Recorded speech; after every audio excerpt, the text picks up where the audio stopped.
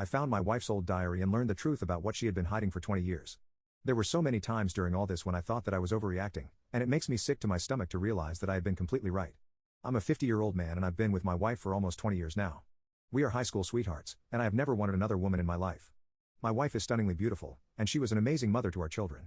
She is incredibly charismatic and lights up any room that she walks into. She's also the type of person who makes friends wherever she goes, and she has aged like fine wine. Even though learning the truth about her has ripped my heart in two, I don't know if I have the courage to leave her after all these years. When we were younger, we both had a strong interest in traveling, so we made it a priority to travel to as many countries as we could afford. We ended up visiting almost 30 countries together and racking up years of wild, unique memories. After we had explored the world together, we decided to settle down and have kids, and ever since then, our life has been pretty quiet, or so I thought. The other day I was rummaging around in the garage looking for an old tool I had misplaced when I accidentally knocked over a random, overstuffed box. When I was putting the box back together, I found a small pink diary with a broken lock on it. All of our children are grown, and our only daughter is turning 20 years old. I thought the diary might have belonged to her when she was a child, so I started reading it with the intention to only read a couple of pages to relive old memories. I know that my choice to read the diary might be a little controversial, but I thought it was from when she was around 8 years old. I just wanted to see if there were any wholesome childhood memories that I had forgotten about. I miss my daughter, and all my grown kids so much these days, and sometimes I feel desperate for any reminders of their childhood since it was such a special time in our family. Well, did I get way more than I bargained for?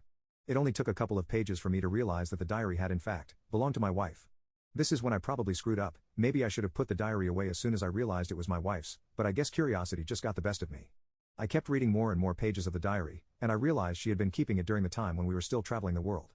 Meaning, that my wife was about 23, and I was 24 at the time. I hadn't run into any surprises until she started writing about us arriving in Italy.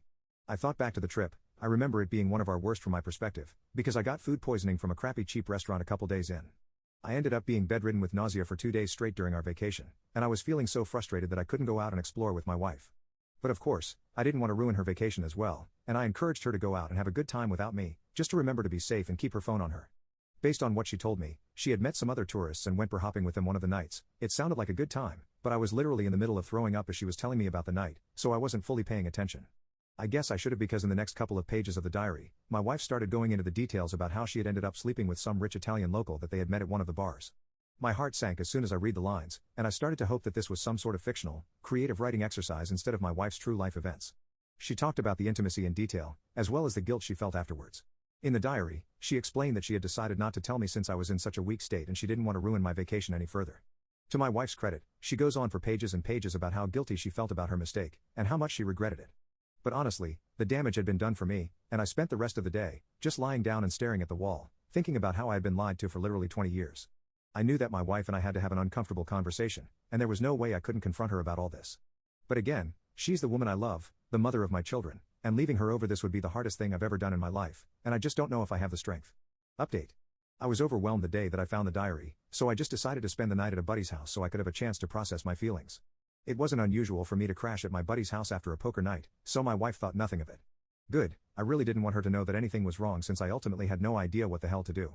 I considered talking to my friend about it, but I really didn't want to involve anyone else in my marital issues. The very next day, I called out of work, and I went back to my house to wait for my wife to get home from work. It was so strange watching her walk in the door. She thought that it was a normal day like any other. She had absolutely no idea what information I had and how painful the conversation we were about to have would be. I asked her to speak with me in our room, and she started to look concerned. Our marriage has been flawless up until now, and we never really far or heavily disagreed on anything. So it was strange that I was acting so serious and wanting to talk to her in private. I came right out and asked her if she had ever hidden anything from me within our marriage. I told her that I loved her so much and that I trusted her to tell me the truth. As soon as I started speaking, her face fell, and I could tell she knew exactly what I was talking about. My wife didn't even try to hide it or deny it. She broke down crying and started to tell me about the Italian man all those years ago. I think it would have been even harder to hear if I hadn't read all about it myself just the day before. Yes, it's still incredibly hurtful to hear her admit it to my face and to know that she was only telling me the truth because she had got caught. She asked me how I found out, but I just ignored the question and let her continue apologizing to me. I asked her if that was the only time she had ever cheated on me, and she swore on our children that she had never cheated with anybody else. She just kept apologizing and crying, and it was so hard not to comfort her since I had always been there for my wife before this when she was upset. Either way, I told her that I was having a lot of trouble forgiving her and that I needed some time to think about what we should do. She begged me to stay and said that she couldn't live without me.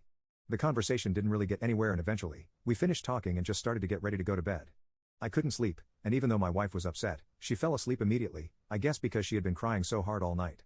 I laid there in bed next to my cheating wife, just staring at the ceiling, wondering what I should do.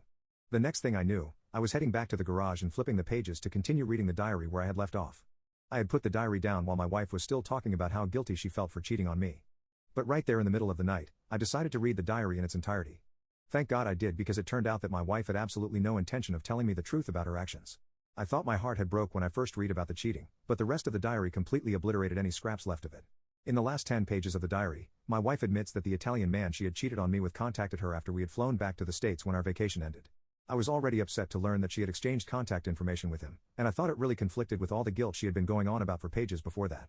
Well, it turns out that she had met up with this guy and effed him one more time while he was visiting the US. I thought back to the dates, and I realized I had been on a business trip that weekend, and so it had probably been easy for her to coordinate meeting him at his hotel. I can't believe the 20 years of marriage has been completely undone by the truth hidden in this unsuspecting little diary. Part of me wishes I had never read this godforsaken thing. I almost wish that she could have taken the secret to the grave, and I never anticipated our life being disrupted by an ugly truth like this. I'm writing this from the garage, it's 5 a.m., and I know my wife will wake up soon, and I will have to make a choice. But honestly, I have no clear idea what to do, and even though I've been betrayed, more than anything, I just want to pretend like all of this never happened.